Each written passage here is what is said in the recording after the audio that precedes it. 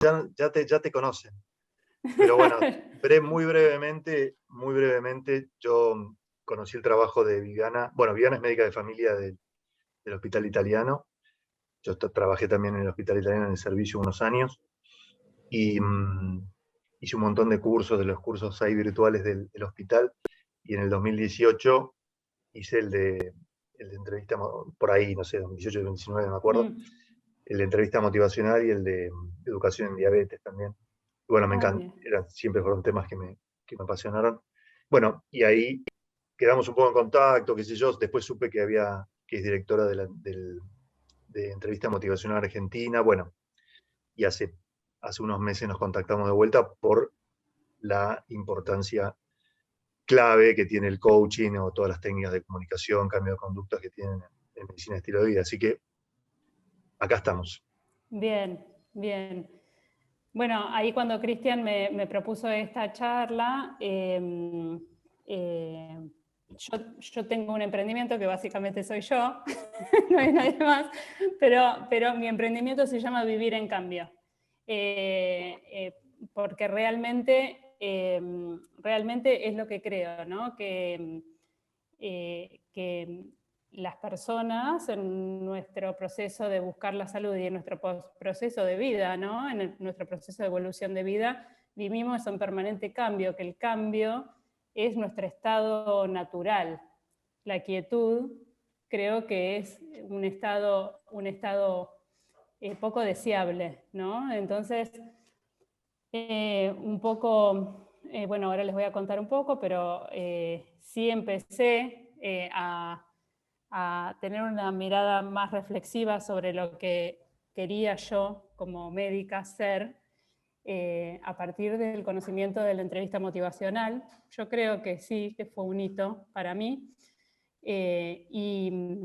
Y de esa mirada de la entrevista motivacional o también el coaching, que son que utilizan muchas herramientas parecidas, me fui dando cuenta que en realidad el cambio no es cambio de hábito, el cambio es una situación permanente, y acompañar a las personas en los cambios que van generando en sus vidas es como la máxima, digamos, la rutina, más que el estático. Y en esas reflexiones hubo algunos modelos o algunas ideas o algunos libros que me impactaron particularmente a hacer lo que yo soy hoy, ¿no? Que no quiere decir que esté ni bien ni mal, pero es como yo comprendo la medicina que tengo ganas de hacer, ¿no? Y les voy a compartir un poquito pantalla. ¿Me das el host? Ahí te di. ¿Viste? Creo que ahora, a ver. A ver. Sí, ahora puedo.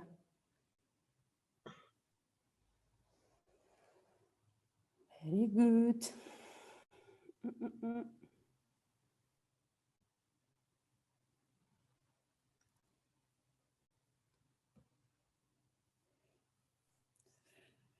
Bueno, estos modelos... bueno, les quería contar esto también. Dentro de Entrevista Motivacional Argentina, también formo parte de una red internacional de formadores en entrevista motivacional, que está súper interesante. Aparte, soy especialista en docencia universitaria y en el hospital trabajé no solo como médica de familia, sino también en la gerencia del hospital, que es donde desarrollé estos cursos virtuales que se dieron virtual y presencial de entrevista motivacional y en algunas patologías, esta que hizo Cristian es en diabetes, también incorporando la mirada de la comunicación y el manejo de determinada patología en particular. Hoy me considero de orientación holística e integrativa, soy homeópata también y terapista neural.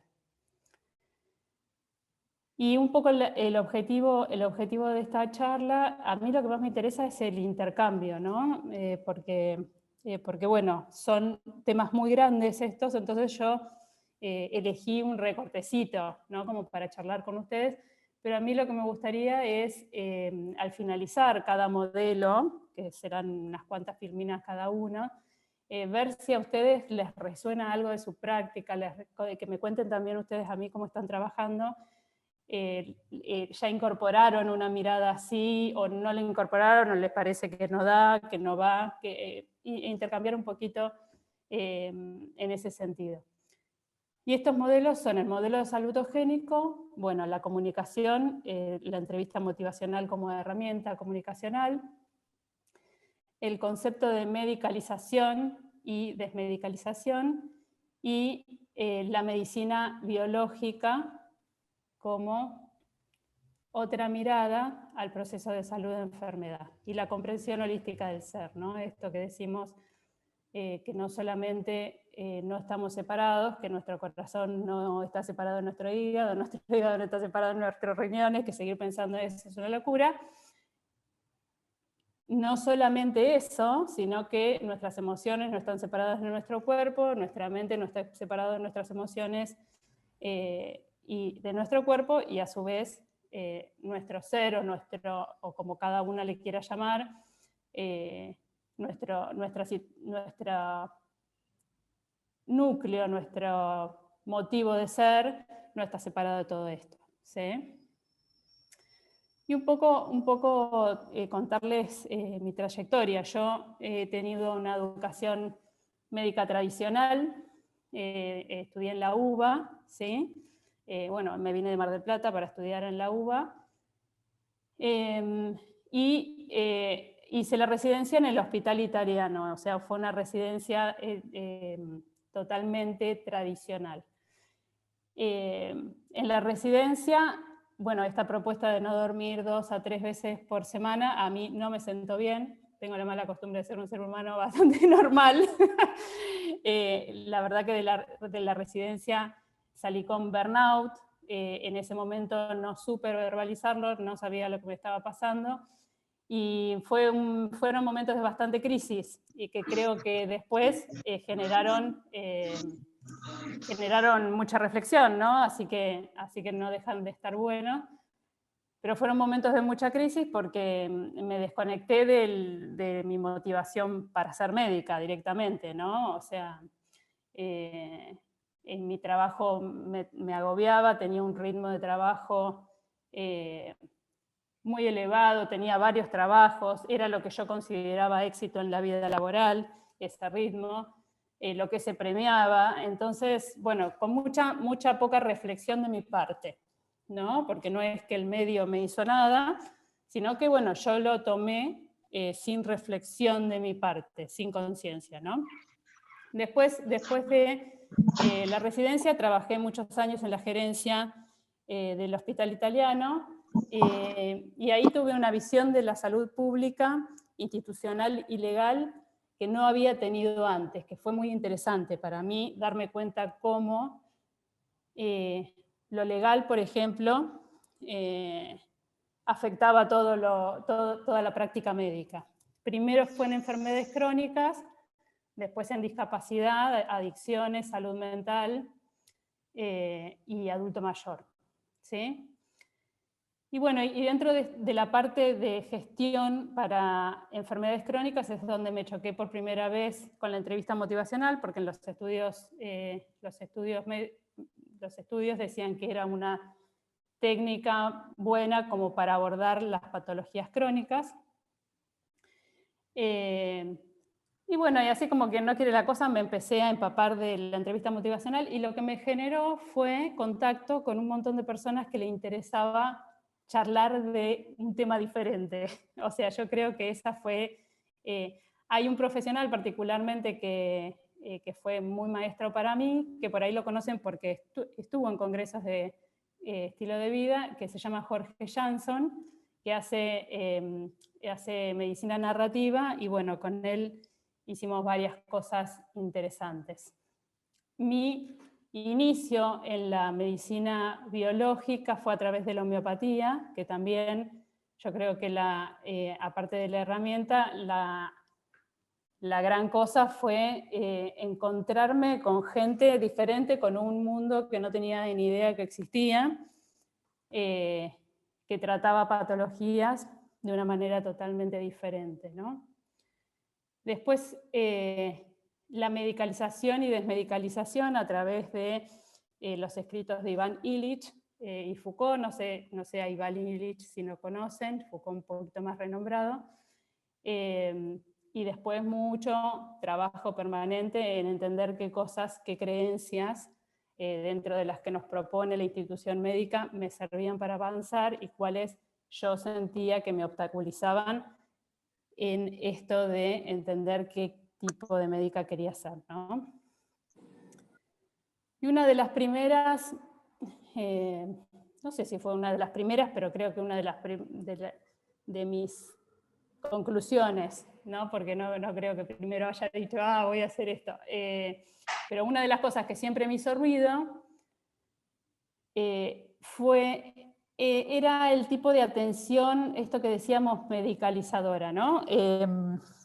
Como un paciente consulta y mi objetivo o mi razón de ser dentro de esa consulta era hacer que sus síntomas se aliviaran o que viviera más, o que yo los paliara de tal motivo que viviera más. Y de hecho, esos son los dos outcomes principales de la mayoría de los estudios, ¿no? Que las personas no tengan malestares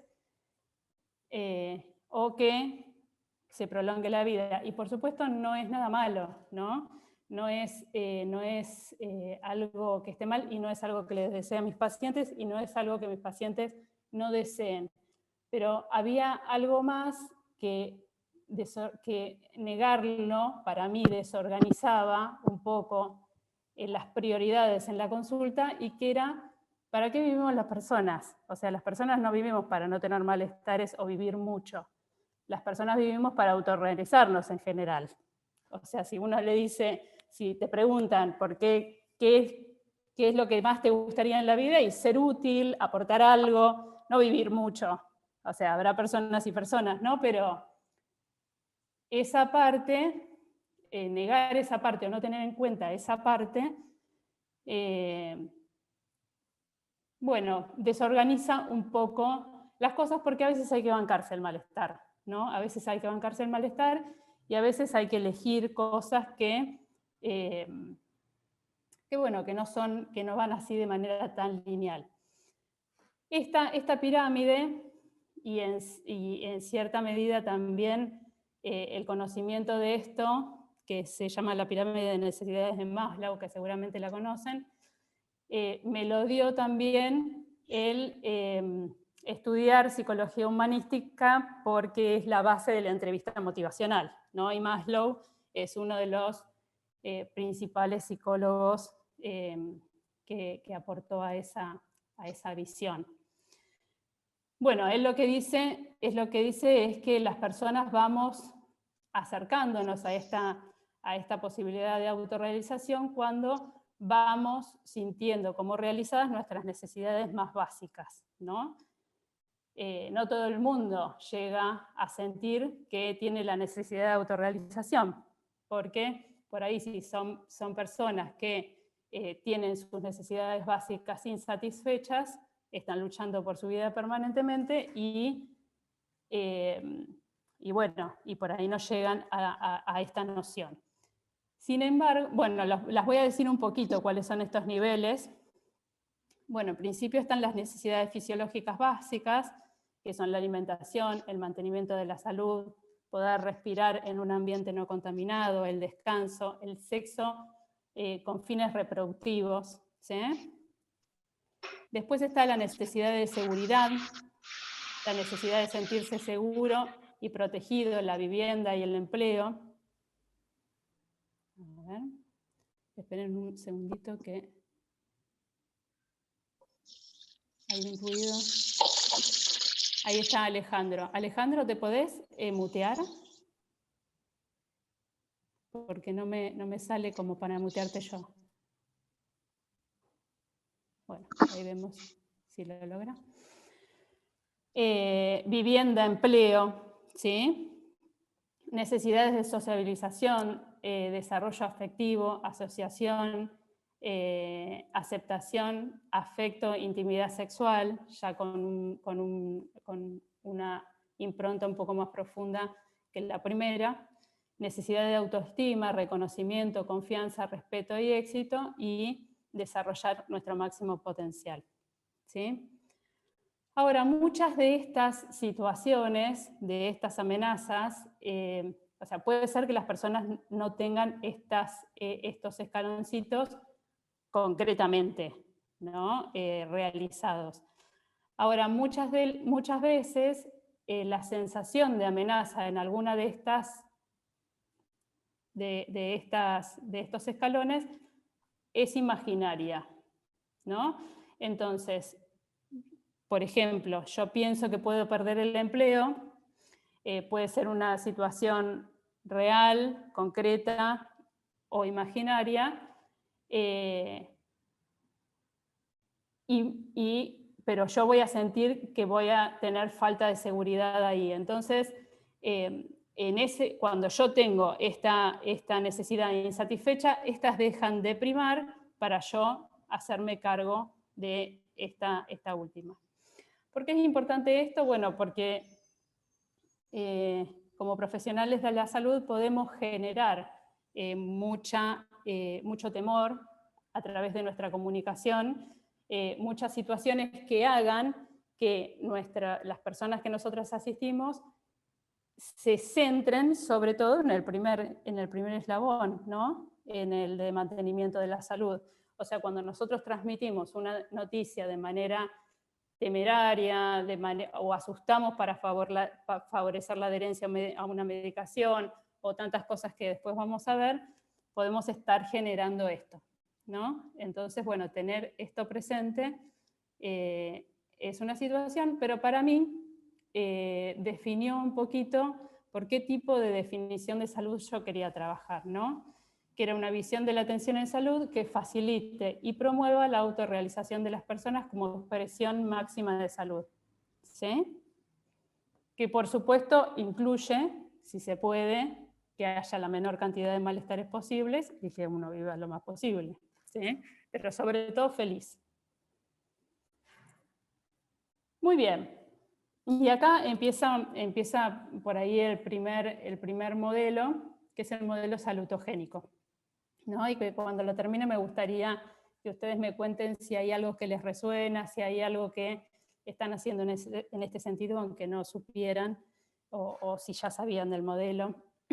Bueno, el modelo salutogénico, el creador es Aaron Antonovsky, ¿sí? Que es un judío que peleó en la Segunda Guerra Mundial para Estados Unidos, y cuando él no estuvo en campos de concentración, y cuando finalizó la Segunda Guerra Mundial, se fue a Israel y empezó a estudiar un montón de cosas. Dentro de esas, empezó a estudiar a mujeres que habían nacido en determinadas fechas.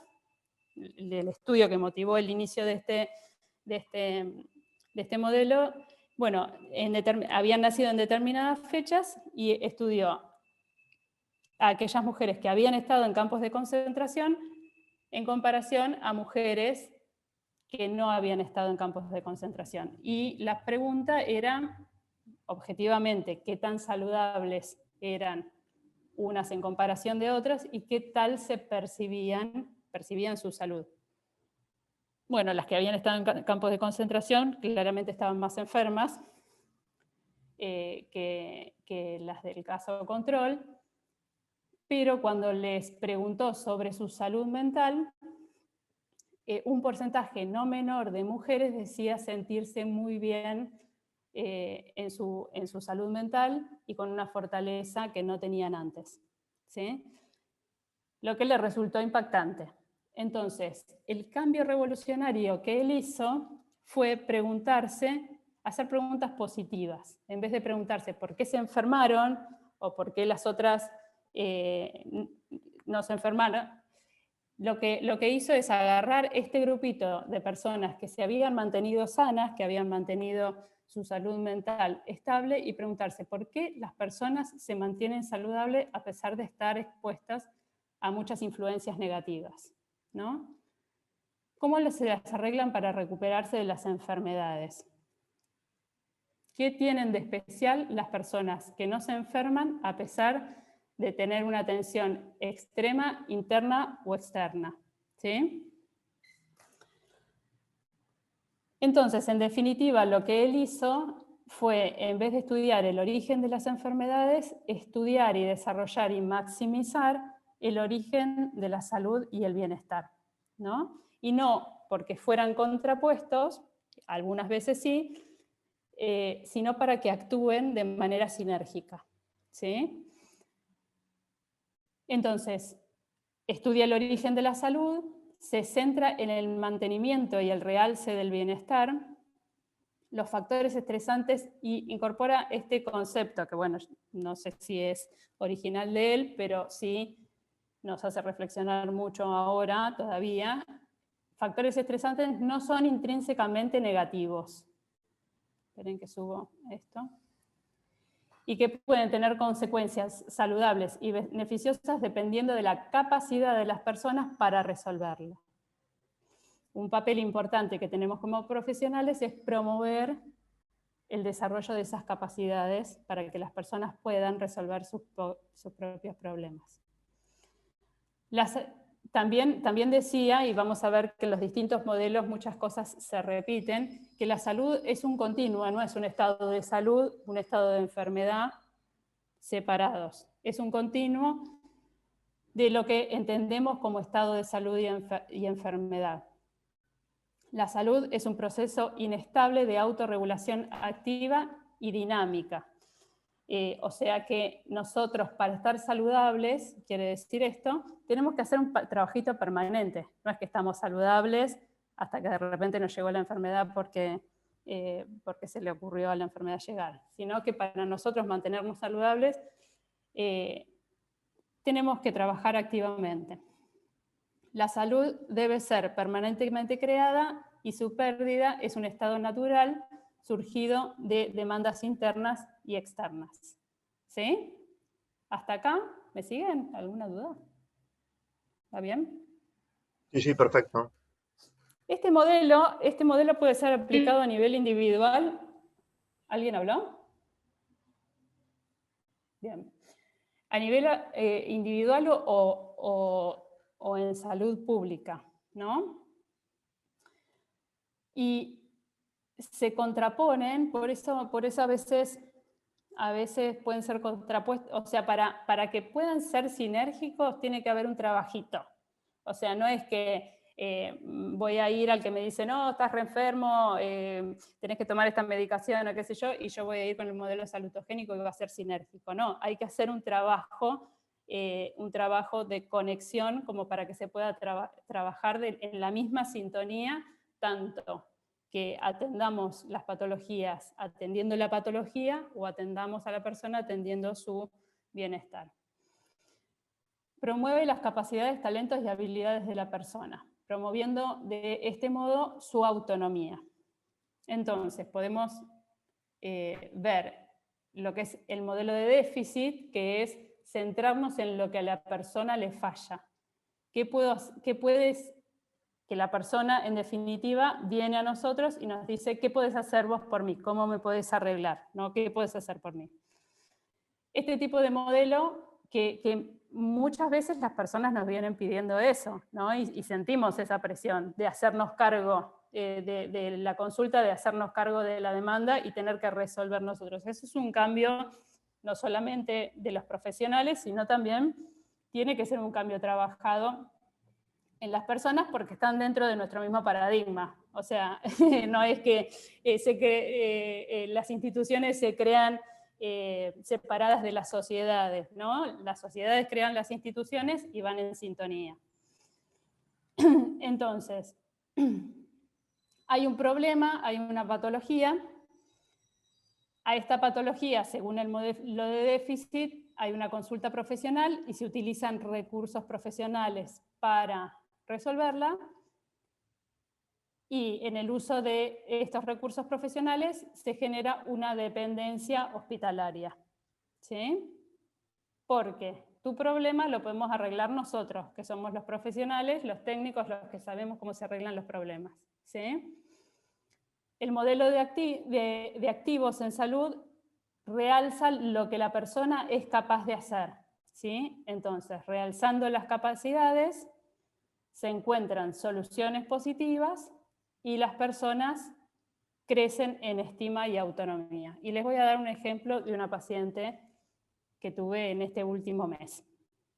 Esta paciente es una paciente mía ya hace un tiempito y me llama que tenía un vértigo, que nunca había tenido un vértigo, entonces estaba súper asustada, pero yo no la atendía. Yo no la podía ver, ¿no? Entonces, como la vi muy asustada y yo sabía que no era un susto que pudiera contener por teléfono, porque estas personas en general piensan que tienen una ACV, un tumor cerebral, o sea, sin revisar a la persona, decirle, tenés esto, quédate tranquila, esto se va a pasar, o vení el jueves cuando es lunes, no daba. Entonces le digo, te vas a tener que ir a la guardia. No, no quiero, te vas a tener que ir a la guardia. Fue a la guardia. Bueno, ella fue a la guardia ya temerosa de la situación, ¿no? De enfrentarse a la guardia, va a la guardia, la atiende una otorrino, le hace, bueno, finalmente le dicen, sí, esto es un vértigo posicional benigno, le hace las maniobras para vértigo posicional benigno y ella empieza con un reflejo vasovagal terrible, empieza a vomitar, se le baja la presión, medio que se desmaya ahí, con el susto que tenía, no le creía a la médica, o sea, pasaron varias desgracias. Bueno, finalmente se va de alta y la otorrino le dice que tiene que ir a ver un otorrino, pero no un otorrino normal, que le haga las maniobras, sino un neurootorrino, que aparentemente hay 4 en Buenos Aires, o sea, en el resto del país no sé ni existen, yo no sabía ni de la especialidad. Súper complejizado, o sea, vos venís, te diagnostico un vértigo posicional benigno, las maniobras te las hago yo, pero ni siquiera te las hago yo, te las va a hacer un neurootorrino, que es el que más sabe de maniobras. Ella empezó a averiguar, el turno lo tenía para dentro de los 2 meses, o sea, una ridiculez absoluta. Bueno, el jueves llega a mi consulta, ¿no? El jueves llega a mi consulta, ya sabiendo que era un vértigo posicional benigno, pero asustada por todo lo que había pasado en la guardia, ¿no? Porque todo este vasovagal y que la médica se asustara también, me dice casi me dejé internada, como que le daba desconfianza. Bueno, ahí charla mediante de tranquilización. Le digo, bueno, yo te voy a enseñar a hacer las maniobras. Había venido con el marido, venga marido, ella no le va a pasar nada, puede vomitar, puede marearse, no se va a caer de la camilla cuando vos le hagas esto, porque se agarraba así como si fuera una garrapata. Tiene que primar la tranquilidad entre ustedes. Acordate cuando eras chiquita, dabas vueltas, es la misma sensación, lo hacías para divertirte. Bueno, ahora trata de evocar esa situación y divertirte mientras tenga vértigo hacia algo, pero tranquilízate, ¿sí? Le vas a hacer así, le vas a hacer así, le vas a hacer así, le vas a hacer así. Bueno, fueron a la casa, le hizo los ejercicios, como el marido estaba ahí, se los hizo una vez por hora. El vértigo se agotó en 2 días y ella tenía una sensación de empoderamiento bárbara, ¿sí? O sea, sentía que podía, sentía que... Ese es un ejemplo individual, en una consulta individual, de cómo uno puede trabajar en el modelo de déficit o uno puede trabajar desde el modelo de activos, ¿sí? Y de hecho le diste una herramienta para cualquier otra ocasión que le vuelva a pasar, porque no solo es para ese momento, ya le Totalmente, empoderaste para... después se repitió Seguro. otra vez, se le fue, se le repitió, ahí volvió un poquito el susto, volvió a hacer las maniobras, y después se le fue de nuevo, y bueno, y ahí estamos, ¿no? Viendo a ver qué pasa. Pero Digo, uno con el activo soluciona con más tiempo incluso que desde el déficit. exactamente, exactamente. Muy bien. Entonces, un poquito ver algunas de las creencias que están detrás de cada uno de estos modelos, ¿no? ¿Cuál es la enfermedad y cómo tratarla? ¿Qué causa la enfermedad? Esto es lo que prima en el modelo de patogénesis y el de salutogénesis, ¿qué causa la salud? En este se busca evitar los problemas, investigar recursos y potencial de la persona. Enfermedad como error o anomalía, la enfermedad como inherente al flujo de la vida y parte de lo que es preferible que la persona maneje. ¿Sí? En el patogénico, ante la enfermedad, la situación es reactiva, erradicar la enfermedad, erradicar el malestar, erradicar el dolor. Y en el salutogénico es proactiva, ¿no? Aumentar el estado de bienestar y de salud. Evitar el dolor y la pérdida es una de las máximas del modelo patogénico, y en el salutogénico la ganancia y el crecimiento personal, ¿no? Y bueno, también otra de las máximas, evitar la muerte a toda costa, descubrir cómo vivir una vida plena. ¿Sí? Podemos en nuestra mente, al menos yo pude durante mucho tiempo en mi mente de atención primaria de la salud, pensar que el modelo salutogénico está bien mientras esté todo más o menos bajo control, ¿no? Bueno, mientras está todo bajo control, bueno, podemos ir trabajando en que la persona vaya aumentando su bienestar, preste atención a sus potencialidades. Ahora, cuando viene la enfermedad y cuando las papas empiezan a quemar, bueno, no, vamos al hospital, que te vea el súper especialista, que te operen o te traten con fármacos, ¿no? Como esa dicotomía entre lo que es la situación de atención primaria, atención secundaria o atención terciaria, ¿no? El modelo salutogénico no dice eso. El modelo salutogénico dice que este tipo de modelo se tiene que trabajar a todo nivel. O sea, mientras el río, y esto es una analogía que usan en los escritos de salutogénesis, el río de la vida, mientras el río, así como el río esté manso, o así como esté bravo, o así estés cayendo por la catarata. ¿Sí? Siempre estar pensando en el desarrollo del bienestar va a ser potenciador para las personas, para la recuperación y para vivir bien. ¿Sí? Ese era un ejemplo que les contaba desde lo individual, pero acá les muestro un ejemplo del hospital italiano, un ejemplo de una actividad con esta dinámica. Tejiendo red es, bueno, digamos, en el hospital hay un grupo que se dedica principalmente a adulto mayor, y dentro de las problemáticas de adulto mayor, y ahora creo que se extendió después de la pandemia mucho, a mucha más grupo etaria, está la soledad, ¿no? La soledad y la pérdida de red.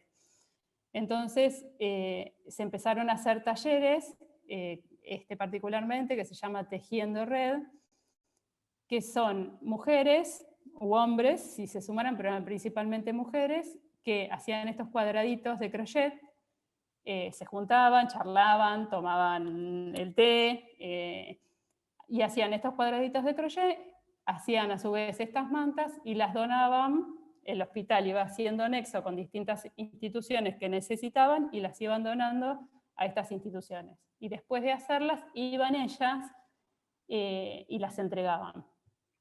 Bueno, fue súper interesante lo que se desarrolló en estos encuentros. O sea, no solamente, primero se empezó a hacer para adulto mayor, pero después hubo gente de todas las edades.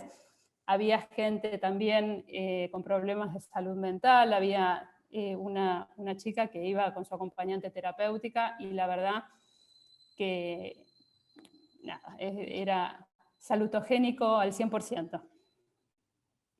Hoy se sigue haciendo, ¿sí? Van cambiando de instituciones y van cambiando también de tejido, van haciendo otras cosas también. Muy bien, este es el primer modelo. Me gustaría que me cuenten un poco si les resuena de algo que ustedes estén trabajando, si lo conocían, no lo conocían.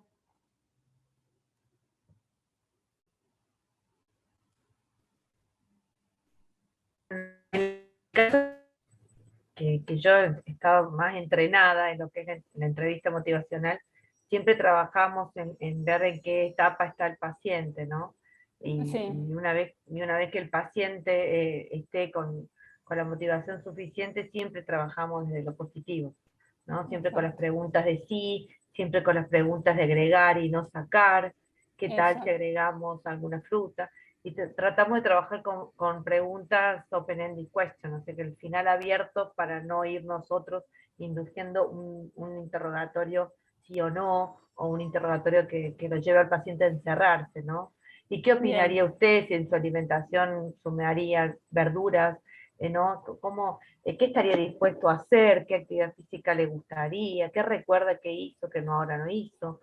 ¿Tiene algún hobby? ¿Cómo se sentía antes de esta situación? O sea, siempre un poco trayendo lo positivo de la vida al presente, de lo que fue en el pasado, y tratando de hacer, empoderarlo desde los sí, desde Claro, si puedo, si quiero, si que agrega, siempre lo aditivo, ¿no? Nunca lo restrictivo, por lo menos.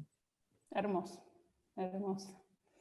Sí, la entrevista motivacional es la gran herramienta, ¿no? Fácil, accesible y después obviamente uno tiene que ir ganando experiencia. Muy bien, hasta ahí entonces el modelo salutogénico. Cristian, ¿querías decir algo que volviste? No. No, comparto lo que dice Inés. Creo que, bueno, un poco por eso estamos acá, ¿no? Pero Mm, el sistema, el sistema actual de la atención del paciente, por más esfuerzos que uno haga, está centrado en la enfermedad y centrado en un modelo mm, donde estos espacios son muy bienvenidos por los pacientes, pero son vistos primero como una rareza, ¿no? Porque uno que le pregunte, le habla al paciente de este lado, primero mm, piensa que sos psicólogo, mm. que- pero bueno, es hacia donde tenemos que ir, ¿no? Hacia la búsqueda de las fortalezas de la Sí, persona, salir de sí, este creo, modelo. creo que bueno, en mi recorrido cada vez soy más clara con mi propuesta. O sea, cada vez elijo más a los pacientes o los pacientes saben más que vienen a buscar de mí, ¿sí? Porque cuando yo empecé a cambiar la mirada y seguía atendiendo en el hospital italiano, la verdad que era disruptivo, porque cuando no venían a verme a mí, venían a recibir lo que el hospital italiano daba, ¿no? Y el hospital era el que daba el mensaje. Y el hospital es de ultra especialidad, o sea, entonces por ahí hay ahí algo que como institución, cuando uno se dedica a cambios de hábitos, tiene que poder comunicar como para que las personas resuenen con lo que uno hace.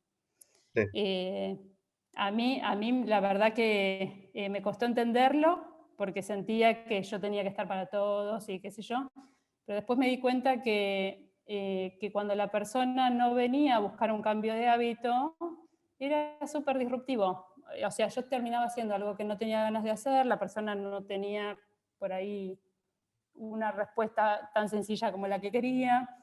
Eh, bueno, ahí hay algo también como para trabajar de manera interna, eh, creo yo, por lo menos a mí me sirvió, de que sea clara la propuesta, de entender bien primero uno cuál es la propuesta que uno propone, ¿no?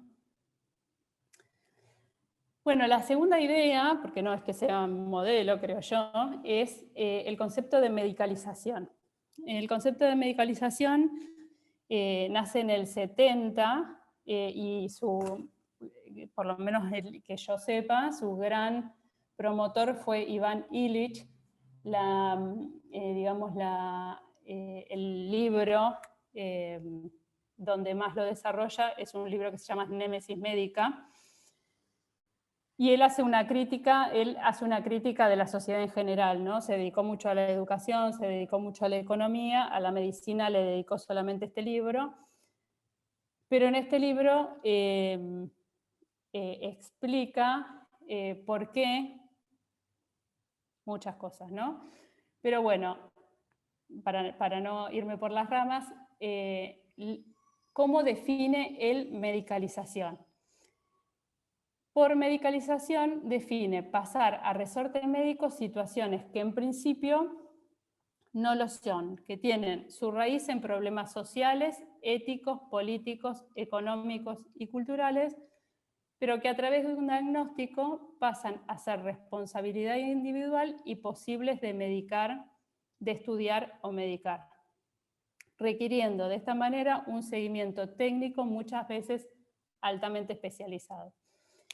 Y la verdad es, para mí, que gran parte de las situaciones, bueno, lo que describe es que la medicina moderna se desarrolló de manera paralela con la revolución industrial y los cambios que trajo aparejados, ¿no?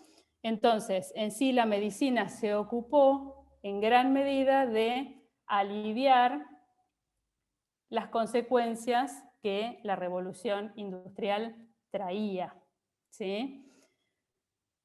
Entonces, como para poner un ejemplo de esto, este gráfico lo conocerán porque es un gráfico como muy famoso entre los que nos dedicamos a los cambios de hábito. Es una publicación de Nature que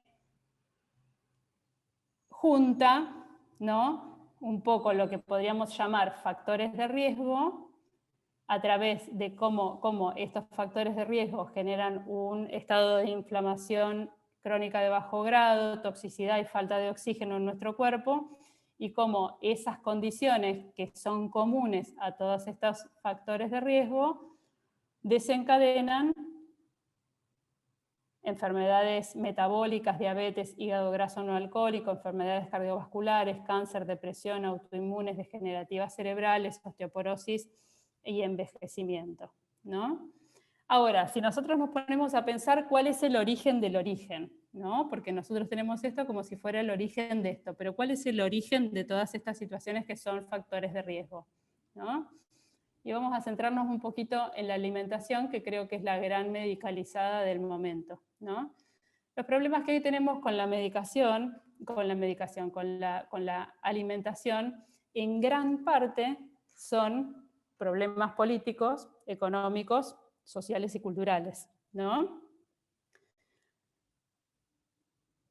Problemas económicos, por ejemplo, la explotación, cómo es la explotación de la agricultura, cómo es el uso de agrotóxicos, cómo se reglamentan todo ese tipo de cosas, cómo llegan a nuestra mesa con la facilidad que llegan, cómo la industria alimentaria puede meter todo lo que mete dentro de los alimentos que llegan a nuestra mesa, cómo todas esas sustancias nos inflaman permanentemente, cómo irrumpen en nuestro microbioma y nos generan disbiosis y así también estrés, insomnio, etc.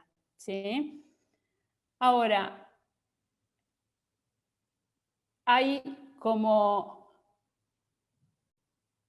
Veamos esto. En mayo de este año, ¿no?, nosotros ya sabemos, o sea, ya sabemos todo lo que el glifosato trae, sabemos la contaminación de las aguas y de la tierra que genera la fumigación permanente y en aumento de los campos, la enfermedad, ya está documentado, ya está súper estudiado, ya está registrado la enfermedad que genera en las poblaciones del interior, ¿no?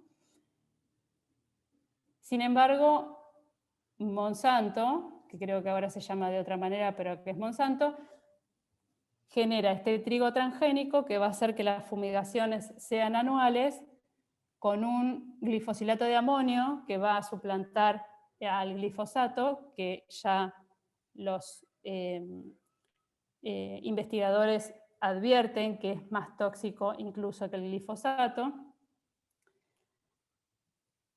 y nuestro gobierno lo acepta, ¿no? Nuestro gobierno no lo acepta y dice que tanto la empresa, cumple con todas las normas de bioseguridad y que es seguro tanto para la salud humana y animal, ¿no? Y aparte, acá también dice que este tipo de tratamiento y este tipo de cultivo de este trigo transgénico y las fumigaciones con esto nuevo agroquímico son seguras no solamente para nosotros y para los animales, sino para el medio ambiente, que no va a perturbar nada. Más de 1000 científicos advierten que es riesgoso para la salud y el medio ambiente, lo cual es más lógico que... Ahora, estos agroquímicos producen todo lo que nos producen y nos siguen produciendo a nuestra salud, ¿no? Ya sabemos que producen contaminación con arsénico, de las napas, toda la intoxicación en arsénico que produce todas las regulaciones endocrinas. Ya lo sabemos todo. Esto no lo regula, que es un problema económico, político y social. Esta parte no se regula. Aparece el problema endocrino, se diagnostica el problema endocrino, te medico el problema endocrino, y esta situación que es de resorte político y económico pasa a ser un problema individual medicalizable. Bueno, esto es un poco a lo que se refiere el concepto de medicalización, ¿no? Uno se siente un poco impotente ante esto, ¿no? Porque parece un poco que están cargando, para mí, ¿no? Por ahí alguien que tenga una visión más amplia y más conocimiento de la economía pueda tener una visión diferente, no lo sé.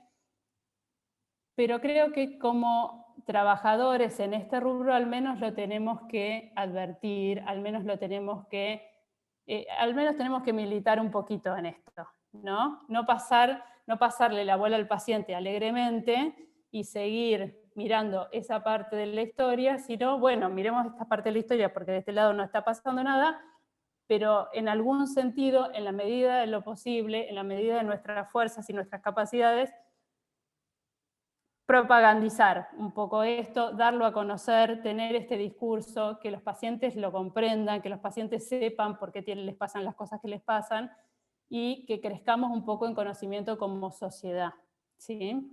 Al menos esa es mi creencia.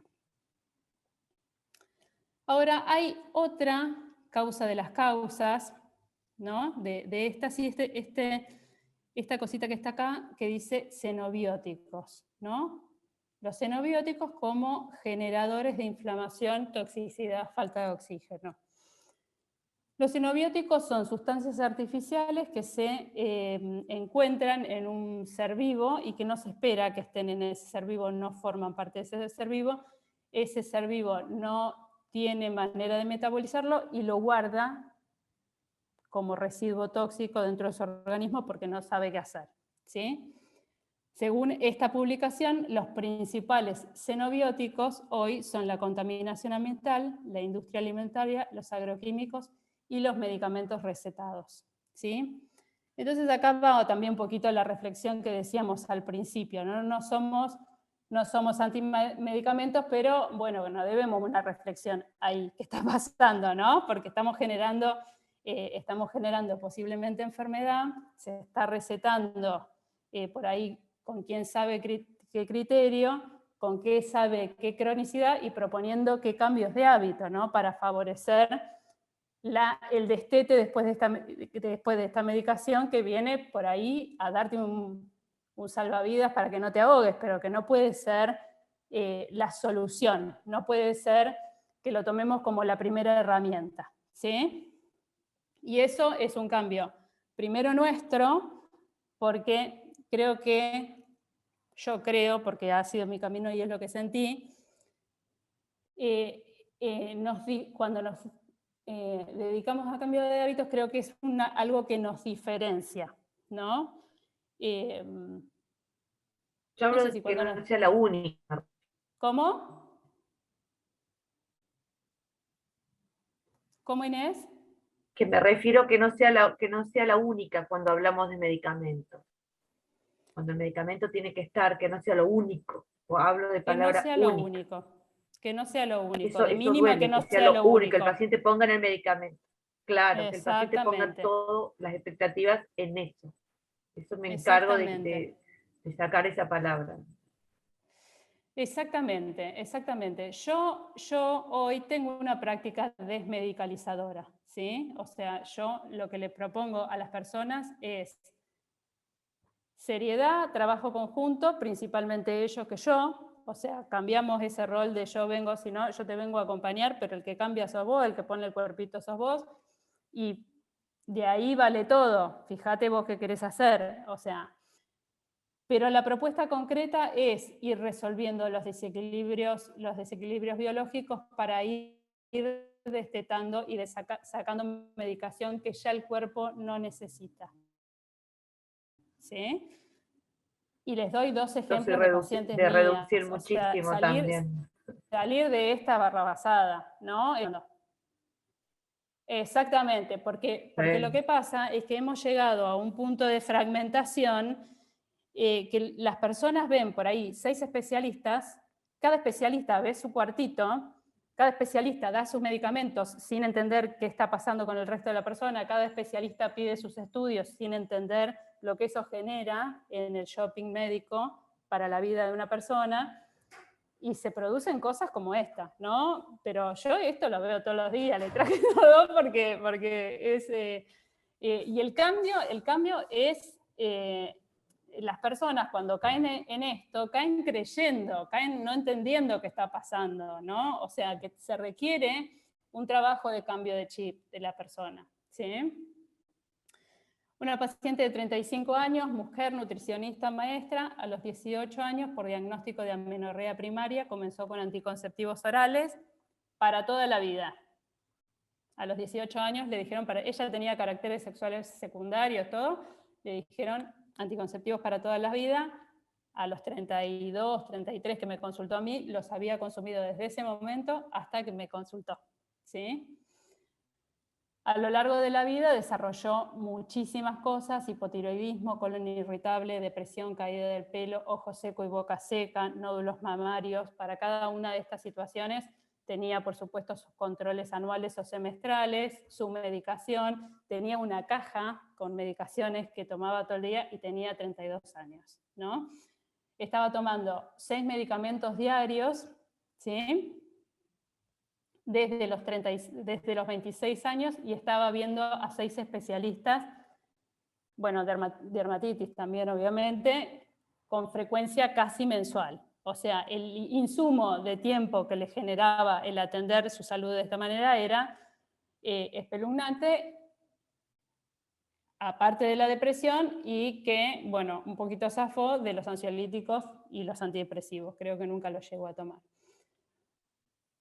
Bueno, lo primero que hicimos fue sacar los anticonceptivos orales, ¿no? Lo primero que hicimos fue eso, mucha resistencia, o sea, ella quería emprender un cambio. Cuando sacamos los anticonceptivos orales, empezamos también con la alimentación antiinflamatoria, depuración corporal y homeopatía. También fuimos bajando ¿Es más confiable un médico que indica medicamentos que un médico que saca medicamentos para el público? ¿Sí? Sí. Cuando yo saco o reduzco, siento una resistencia. Cuando indico... Sí, pero yo creo que esa resistencia, por lo menos te digo mi trayectoria, esa resistencia es muy interna también, porque uno siente algo así como que traiciona a la manada, como que se sale de la manada, como que algo de eso pasa. Es un crecimiento, o sea, optar por este tipo de medicina es un crecimiento personal muy importante, ¿sí? Porque es salirse, incluso no completamente, o sea, lo que decimos es como, ¡ay, por Dios, qué obvio! O sea, no estamos diciendo nada raro, pero sentimos eso. Nos sentimos en peligro. Realmente yo, durante mucho tiempo, me sentí en peligro. ¿Sí? Ya no podría decir tanto como antes. Pero sí, bueno, trabajamos de una manera más consciente, ¿no? Y se tiene que trabajar con una relación médico-paciente fuerte, ¿no? Porque es importante eso también. Bueno, se las hago cortas. Después de 1 año y medio, ella había retirado todas las medicaciones, incluso su tiroides se había normalizado, y después de un poquito menos de 1 año, de 2 años, empezó a menstruar por primera vez en su vida, a los 35 años. O sea, su primer menstruación fisiológica. ¿Sí? Ahora hace 1 año y pico que ya menstrua mensualmente de manera fisiológica. Una paciente de 26 años, a los 11 años empieza con hipotiroidismo en un contexto, no les digo el contexto porque son ejemplos, ¿no? Son ejemplos que son de todos los días, de qué pasa cuando las personas insisten en consultar en el sistema. Y bueno, y el sistema, la única herramienta que tiene es la medicación, y bueno, y si insistís, bueno, alguna medicación te voy a dar, ¿sí? Y empieza a pasar esto. A los 11 años empieza con hipotiroidismo en el contexto de una familia muy conflictiva, mucho conflicto ahí. Le dijeron para toda la vida el reemplazo tiroideo a los 11 años. A los 15 empieza con anticonceptivos orales, con diagnóstico de síndrome de ovario poliquístico, consulta a la dermatóloga por un poco de acné, que no era un acné, que no es un acné, porque esto es ahora, no es un acné terrible, no es un acné de los que se da Roacutan, pero le dieron Roacutan, o sea, ahora está con todas estas medicaciones. Empezó con ansiedad y depresión, es casi el derrotero que veo de manera cotidiana, y ya hay un psiquiatra que la está queriendo medicar, ¿sí? A los 26 años. Tiene 3 medicaciones y está por subir a 4 o 5, si el psiquiatra la agarra, seguida por 5 especialistas diferentes que no se contactan entre sí, ¿no? De esto hablamos cuando hablamos de desmedicalizar. Muy bien. Por ahí nos llegamos. Ustedes díganme porque ya es la hora. A ver cuánto nos queda. Nos queda poquito. Pero ustedes, si quieren, cortamos, Cristian. No, dale, así también está bueno que podamos charlar un poquito. Por Bien, ahí dale. completa Bueno, como vos quieras y así hacemos una charlamos un breve... poquito, Dale. tenemos 15 minutos más. Otra de las situaciones que empecé a desarrollar es cambiar mi mirada, ¿no? Desde una medicina que ante un problema proponga una supresión o ¿no? Ante una alergia, un antialérgico, ante un dolor, un analgésico, ante una diarrea, un antidiarreico. Y me empecé a formar en lo que es la comprensión del lenguaje del cuerpo, ¿no? Que se llama medicina biológica, y hay muchas especialidades. Y cada vez la investigación va más hacia ese lado, ¿no? Hacia comprender, comprender más la fisiología y poder acompañar la recuperación de la desregulación con el mismo impulso fisiológico del cuerpo, ¿no? Entonces la medicina biológica está encaminada a favorecer y reforzar los mecanismos naturales propios de defensa, autorregulación y curación. Se basa en proporcionar al cuerpo una información determinada para que sea él mismo quien dé una respuesta capaz de resolver la patología en cuestión, ¿sí?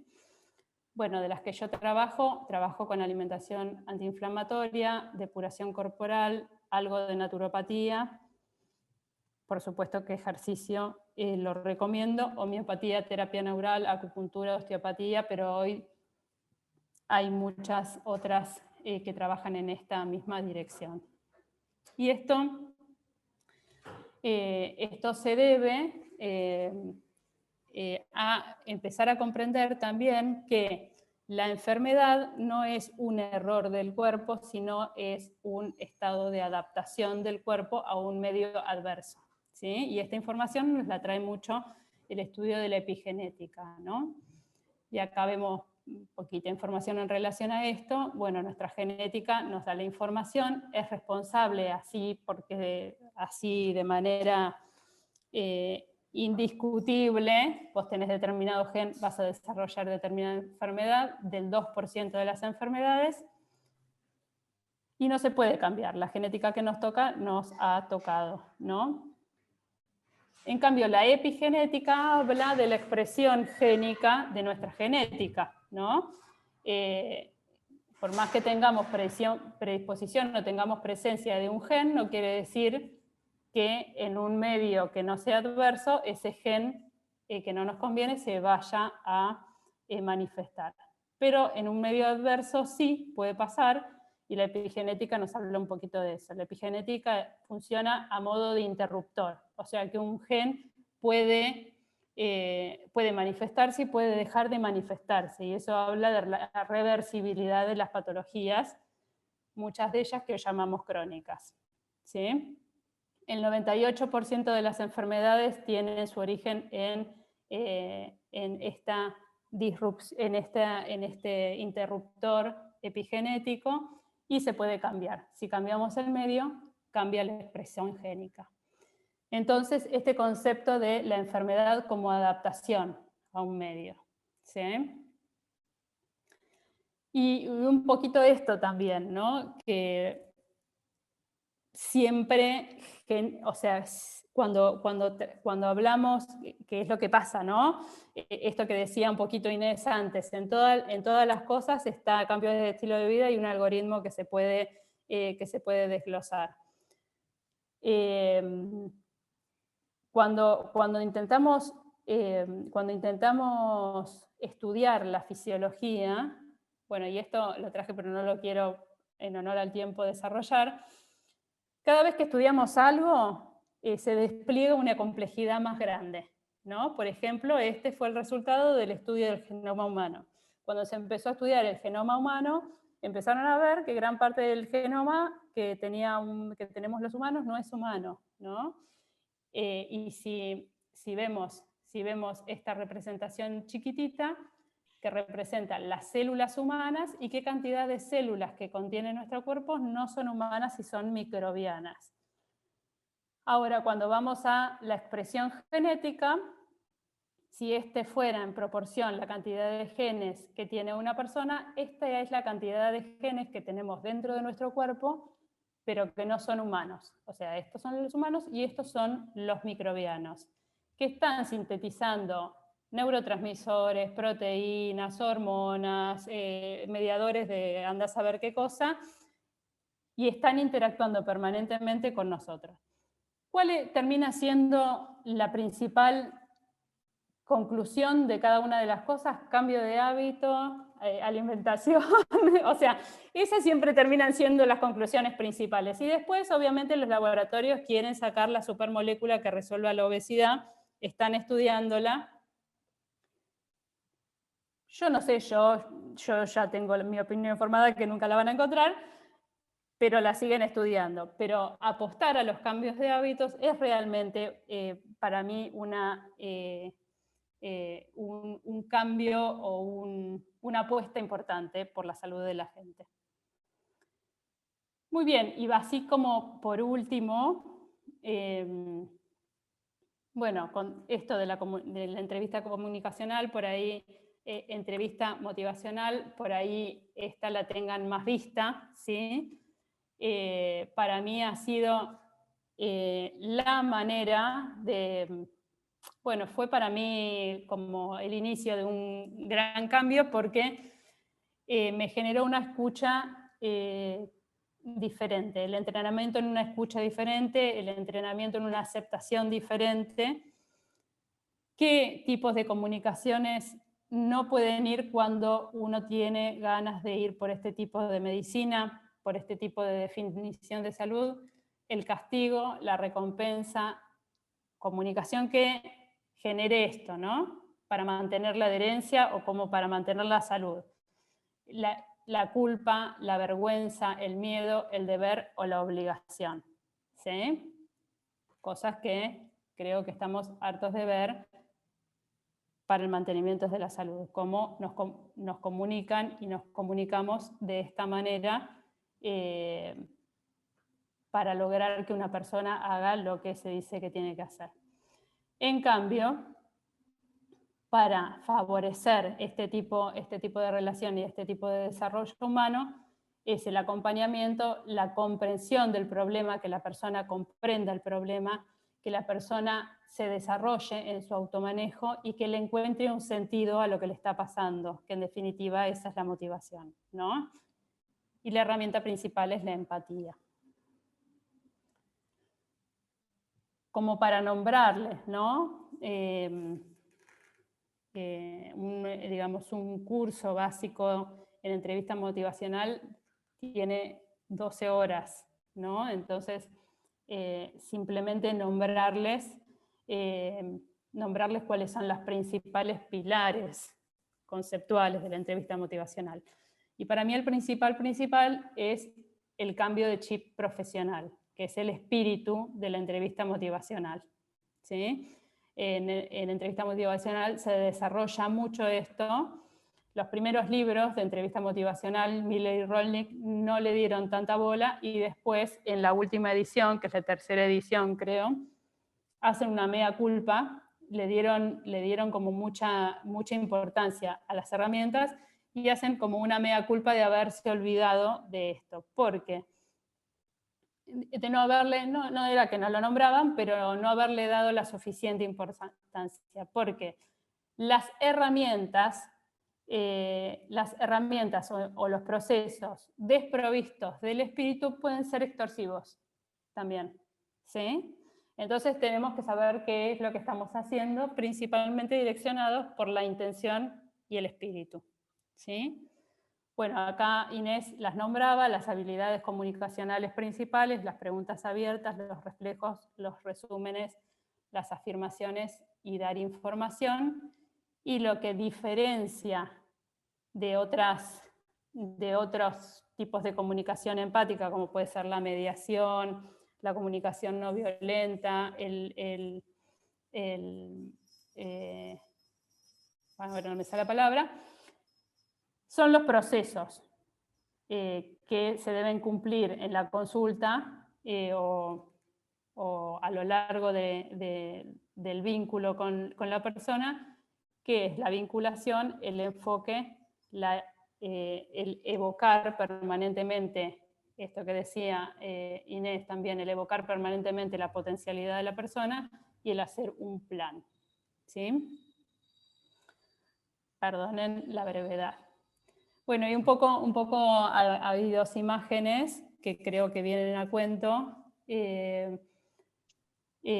Esta un poco dice la historia que viene este señor y ve a este otro buscando algo debajo de esta luz, ¿no? Entonces le dice, ¿qué estás buscando? Estoy buscando una llave, pues se me perdió una llave. Pero bueno, yo te ayudo, decime dónde la perdiste. No, la perdí en la vereda de enfrente. En realidad yo sentí que se me cayó en la vereda de enfrente, pero ¿y entonces por qué la estás buscando acá? No, porque lo que pasa es que vine acá porque había luz, ¿no? Y un poco creo que a veces nos pasa eso. Hay lugares comunes, hay lugares que son nuestras zonas de confort, hay lugares en donde nos sentimos aceptados, que se nos presentan como lugares de luz, aunque sepamos ya como profesionales que ahí no vamos a encontrar nada de demasiado desafiante ni nada de demasiado copado para las personas, pero nos tira ir a buscar nuestro modo de atender a esos lugares que son más aceptados, ¿sí? Y también este otro también me parece que trae un poco algo que yo sentí, que es esto, ¿no? Sentir que lo que digo es obvio, que no, y sin embargo sentirte en riesgo permanente cuando estás diciendo algo porque sentís que va en contra del discurso oficial, ¿no? Bien. Bueno, hasta aquí los cuatro modelitos. Vivi, ¿te puedo hacer una pregunta? Sí, claro. Breve, que estamos con el tiempo, pero hay algo que te quiero preguntar. No, yo no tengo problema, pero ¿por qué? No, bueno, nosotros trabajamos con los alumnos y entre nosotros también con estas etapas del cambio de los pacientes, ¿no? Y cuando el paciente Sí. está contemplativo, preparación, acción, por ahí es fácil y lo tenemos. Nos cuesta un poco más hacer que el paciente pase de la precontemplativa a lo contemplativo, ¿no? Este paciente que viene negado, este paciente yo no puedo, yo no nunca lo hice, yo nunca caminé, yo no. ¿Cuáles tus herramientas mejor como para incentivar o hacer, lo esperás, le dejás que se vaya reflexionando en ese momento? ¿Cómo trabajaste ese paciente negado el cambio? Digo? En sí, por ahí no es un buen lugar el consultorio individual. Para mí no me ha resultado y creo que no está bien que no resulte para atender a una persona que no quiere cambiar porque no quiere. Claro. Pero sí lo que no debes hacer es tratar de convencerlo. Claro. ¿Sí? Le tirás una onda, da esto para leer, o suponete que, qué sé yo, él no aqueja recibo de ningún problema y la familia, la otra, suponete que es un adolescente, ¿viste? Qué sé yo, que son las cosas más riesgosas, las cosas más feas, ¿no? Cuando la persona por ahí no está en algún momento de su vida que no es muy consciente de las decisiones que está tomando o está muy tomado por una adicción, por ejemplo. Pero si es un señor grande que toma sus decisiones, no quiere hacer actividad física y está todo su derecho, ya le irá cayendo la ficha. Por ahí uno puede dar alguna lectura, dar algo, pero no convencer. Cuando vos tratás de convencer a una persona, la persona se pone en el polo opuesto. Y por más que quisiera salir a caminar un poquito, vos te va a decir que no. Un poco pasa eso. En general, las campañas de concientización son más masivas. En general pasa ¿Grupos? ¿Talleres? ¿Estás hablando vos masiva? ¿Estás diciendo no? Y masivas en divulgación, en información, qué sé yo suponete, ustedes como institución creo que ahora lo tienen muy facilitado por las redes sociales, ¿no? Las redes sociales te dan una posibilidad de compartir información de divulgación general. Sí. Que los pacientes que están dentro de la red de ustedes van a ir viendo y les va a ir cayendo la ficha y les van a ir dando ganas de hacer los cambios que ustedes proponen.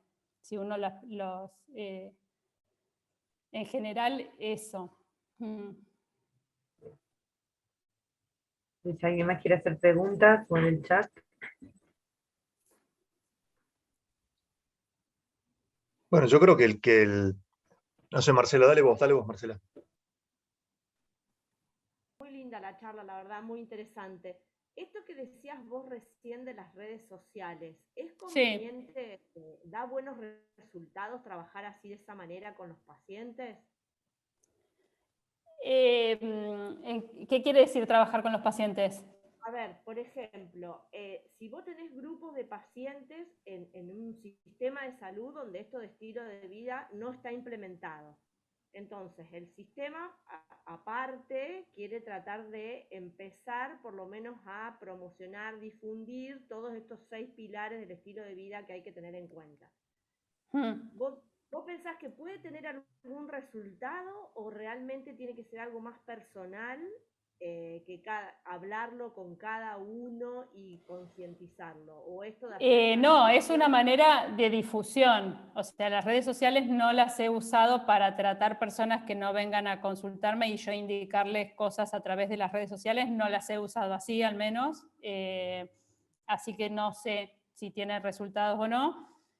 Hay algo en los cambios de hábitos que creo que la grupalidad es potenciadora. Creo que en los cambios de hábitos, yo creo que hay que salir de la consulta individual, porque en la consulta individual decís lo mismo que en la siguiente consulta, y en la siguiente consulta, y en la siguiente consulta, y dejás a la persona sola, necesitándote a vos para consultar. En cambio, cuando vos haces cambios de hábitos en grupo, podés facilitar un poco lo que va pasando en la grupalidad, pero después la persona queda con la red del grupo, de gente que está en la misma, de gente que está en la misma búsqueda, de gente que encontró información por tal y tal lado, y la comparte.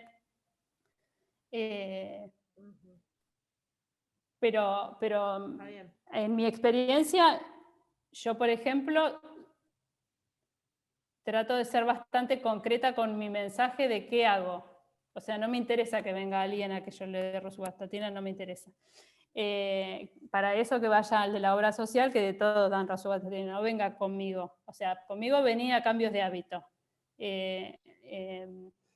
Y bueno, si necesitas rosuvastatina no me voy a negar, pero si lo único que querés es la rosuvastatina, no vengas conmigo, me embola. No vengas conmigo. Hay 10.000 médicos que te quieren dar rosuvastatina, no vengan a romper las bolas.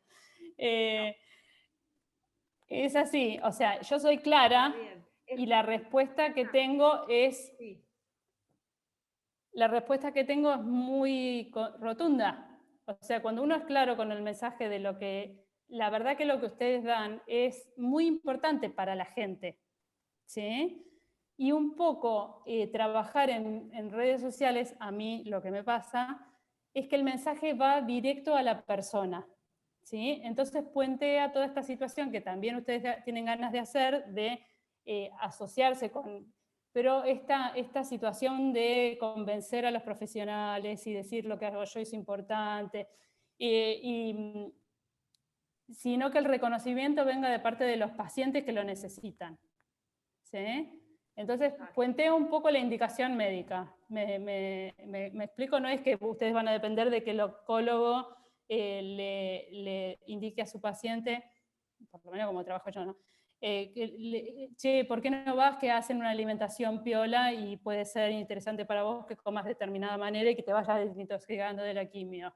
No, ustedes ya lo proponen y al paciente le llega sin que tenga que haber tanto acuerdo y que se tengan que acordar que ustedes existen. Y yo la verdad que trabajé en esto en el hospital italiano y fue una lucha, o sea, porque muchas veces trabajar con atención primaria y con cambios de hábito en lugares donde lo que importa es la ultraespecialidad, es agotador.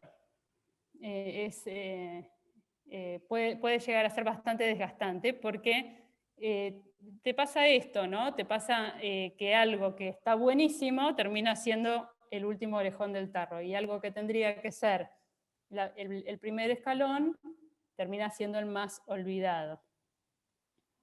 ¿Sí? Sí, yo creo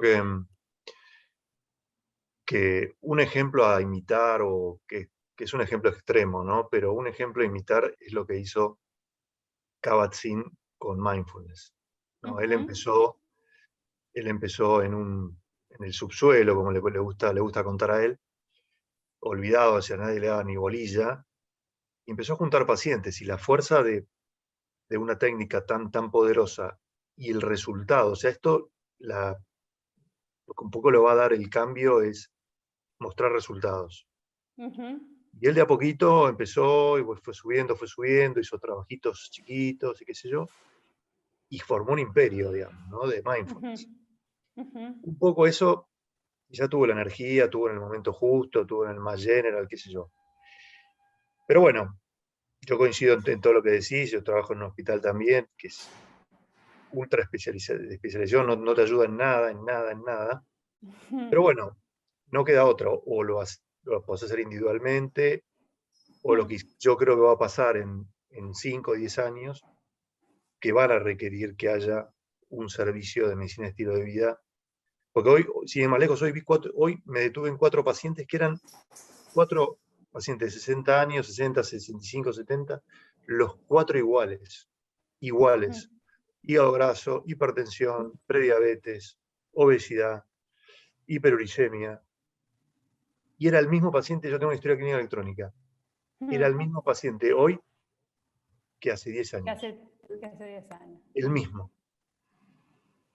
Y si ese paciente, agarras esos 4 y le haces una consulta grupal o el tipo, yo pensé que estar encantados de que haya un servicio así, pero Sí. hay que elaborarlo. Yo creo que va a pasar, va a ir pasando, en algún momento va a pasar, como viene la mano, no tengo dudas de que va a pasar porque ya es insostenible. Pero bueno, está entre nosotros. Es dificilísimo, pero está en nuestra... Bueno, no, elegimos esto, al cual ahora hay que ponerle onda. Sí. Vivi, Mira, sí. yo te quería contar que la clínica que estoy me han ofrecido hacer el consultorio de medicina estilo de vida, así que lo he Bien, presentado como un área nueva, así que vamos a bien. trabajar en forma individual y Eso. grupal, así que sí, es mi lugar de trabajo y ahí empiezo a remarla y armaré grupos y trabajo con colegas que también están en el área, la psicóloga, el profesor, el cardiólogo que hace educación física, Ah, eh, divino. el neurólogo que hace sueños, bueno, y estamos todos en esta onda de que el neumonólogo que quiere a los pacientes hacer dejar de fumar, que se arme un grupo mejor, más fuerte para antitabaco, bueno. Así que en la clínica te digo que el director está fascinado, el rector de la universidad también, nos ha dado un seminario para dar a los estudiantes de la facultad, así que Ujú, también estoy preparando un seminario. ujú. Y yo creo que por eso te digo, cada uno de a poquito en su lugar creo que puede ir haciendo, y lo que pretendemos en nuestros cursos, que nuestros alumnos también Total. seamos todos semilleros y todos, cada uno donde esté, tratar de ir haciendo de esta medicina estilo de vida la medicina que nunca debió irse, ¿no? Porque no es nueva, es vieja. No, no es nueva, no es Bueno, nueva y hacemos hay... la última de Alejandro y cerramos. Ahí levantó la mano. ¿Estás ahí, Alejandro? Hola, ¿cómo están? Sí, Hola, sí, Ale. sí. ¿Cómo andas? Este, bien, bien, bien. Un gusto verlos a todos y escucharte. Yo hoy los martes me cuesta bastante prenderme en estas charlas porque no, tengo consultorio, así que pero hoy, bueno, tuve la oportunidad y me enganché tarde. Pido Bueno, disculpas gracias, porque gracias por se estar a quedó el pesar del teléfono abierto un cansancio. rato. Creo que coincido con ambas cosas, digamos. Bueno, coincido con ambas cosas. Yo entiendo lo que cuenta Viviana, porque seguro que supongo que el italiano debe ser el peor lugar para hacer esto, digamos, y debe ser lo más difícil, lo más desgastante seguramente en ese ambiente, ¿no?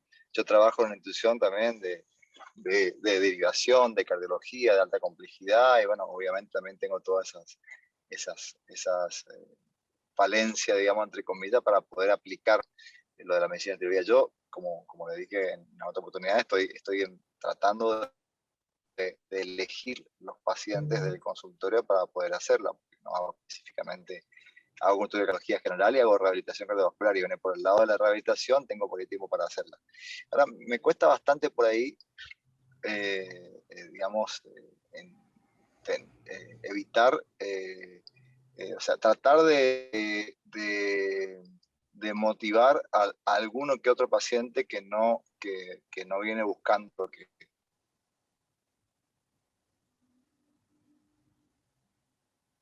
Uy, ¿se fue?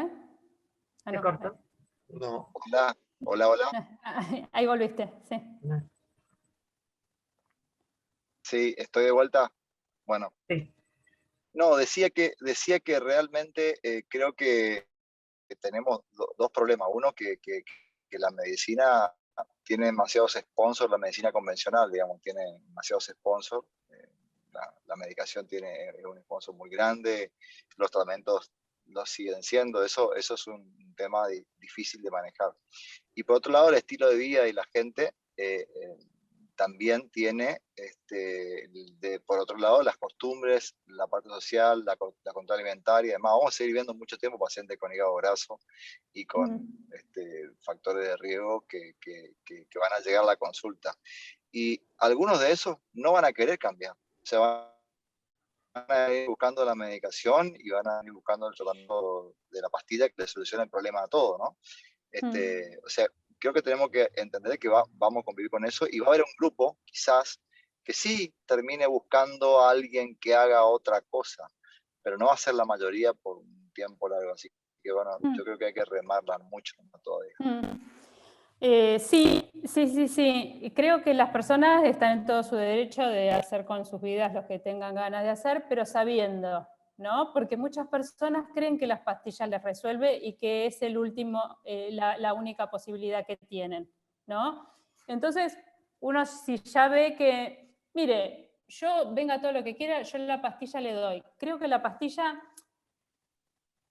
es lo que vos pienses de la pastilla, ¿no? Ahora, creo que el camino que realmente lo beneficiaría es tal otro. Usted solamente quiere la pastilla, venga, yo se la doy, no tengo drama. Pero cuando me quiera buscar por el otro, sepa que estoy también. ¿Sí? Porque te sorprenderías. Hay gente que no, sinceramente no le cayó una ficha en su vida.